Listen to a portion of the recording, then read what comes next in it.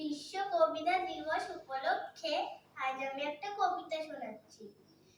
কবি ভবানী প্রসাদ মজুমদারের লেখা সহজ প্রশ্নের সহজ উত্তর।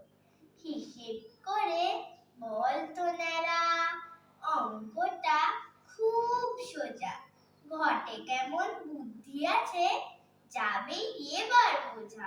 এখান থেকে বেলতলা ধর 1.5 মিনিটের পথ। ট্রেন, ট্রাম, বাস কিচ্ছুটি নেই। বর্ষা চরণ রথ।